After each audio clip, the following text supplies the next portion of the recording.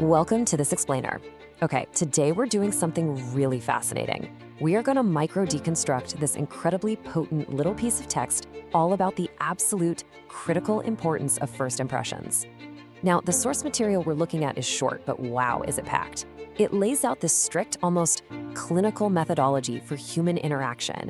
And when I say clinical, I literally mean it strips away the magic of just being naturally charming and replaces the whole thing with pure mechanics. It treats conversation not like some organic flow, but as a calculated procedure. So we're going to break down every single requirement it places on you, the speaker, so you can absolutely master these initial moments. 3 minutes. I really want you to lock onto that number right now, because this isn't just some vague suggestion to, give a conversation a little time to warm up. No. This text isolates 3 minutes as the exact window of opportunity you have when you first begin speaking to someone. And let's be real, think about why that's so unforgiving. Think about how insanely fast 180 seconds evaporates in the real world. You sit down, you exchange pleasantries, adjust your seat, and boom, your window is practically closed. The text doesn't care if you're nervous or if you just need a second to settle in. The stakes are set instantly. Literally everything we are about to discuss hinges entirely on maximizing these specific 180 seconds. So moving right into section 1, the crucial 3 minutes, or the window of opportunity. Now, this window sets the entire foundation for all the interpersonal communication we're looking at today. The whole assumption here is that whatever happens after this window is completely dependent on what happens inside it. It's a high-stakes environment right from the very first syllable.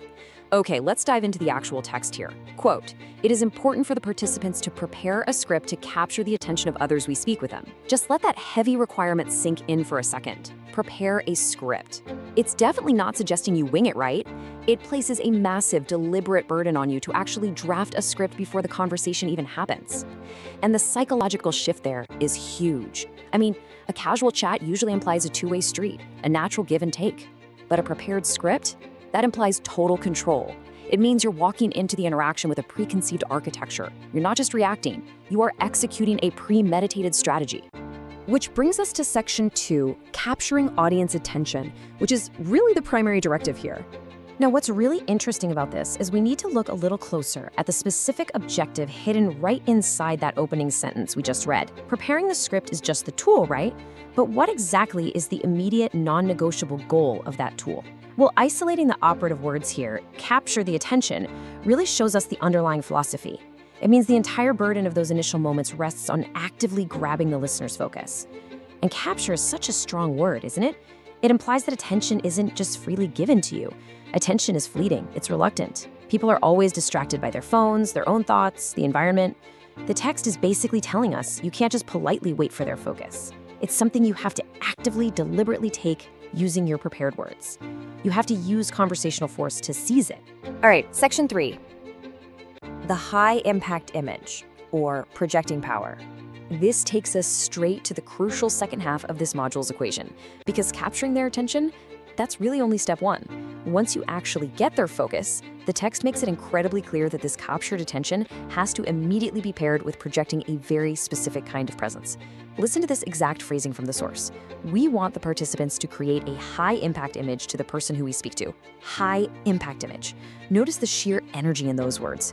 It doesn't ask you to just create a friendly image or kind of be competent. No, it demands a high-impact one. Let's chew on that difference for a second. A normal introduction is perfectly fine, but let's face it, it's usually totally forgettable. A high-impact image demands strength, resonance, and memorability in the mind of your listener. It's a bold assertion of presence that reverberates long after those initial 3 minutes are up. So the crucial point here is understanding exactly what this actually means in practice. By the text's definition, a high-impact image is the deliberate, powerful impression created for the person we speak to during those first 3 minutes. And notice I said deliberate. This impression is not accidental. It is purposefully and strategically engineered by you using your prepared words. Think about what an engineered impression actually implies. If we aren't relying on our normal everyday personality to just happen and save the day, we're basically acting as the architects of our own persona.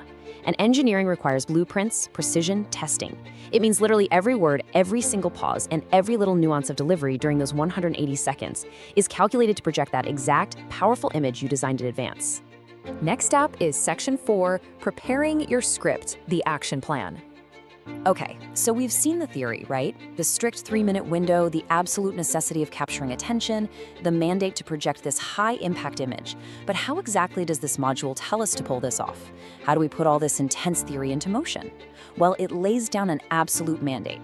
Quote, in this module, the participants need to prepare their own first 3-minute scripts. And this brilliantly illustrates the core rule here. You absolutely cannot wing a first impression. You must take total ownership and physically prepare your own script.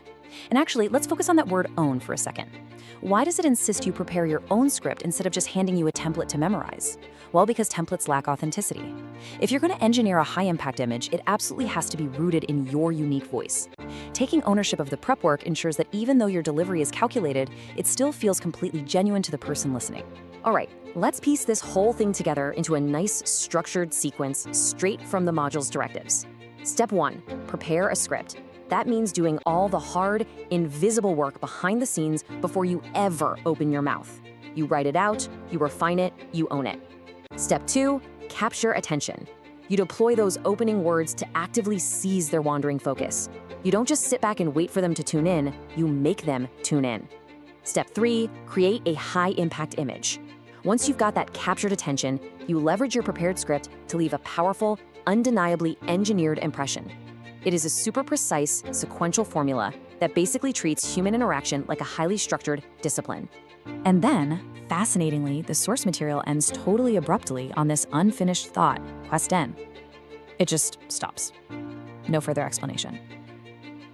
I kind of just want to lean into the mystery of this for a moment. We've just gone through this incredibly rigid, deeply analytical set of instructions, right? The text demanded intense, meticulous preparation and calculated engineering for those first 3 minutes. And then, completely contrasting all that strict structure, it suddenly just cuts itself off with an open-ended cliffhanger. It goes straight from a clinical methodology to a complete unknown in a single keystroke. But perhaps that abrupt cutoff ending is actually perfectly fitting, because it really implies that the rest of the text isn't meant to be written on the page at all. It's being handed directly over to you. The rigid instructions end, and the real-world application begins. The quest, so to speak, continues with your preparation. So I'm going to leave you with this final vital question to think about. When the clock starts, and you have exactly 180 seconds to capture attention and engineer a high-impact image, what will your 3-minute script say?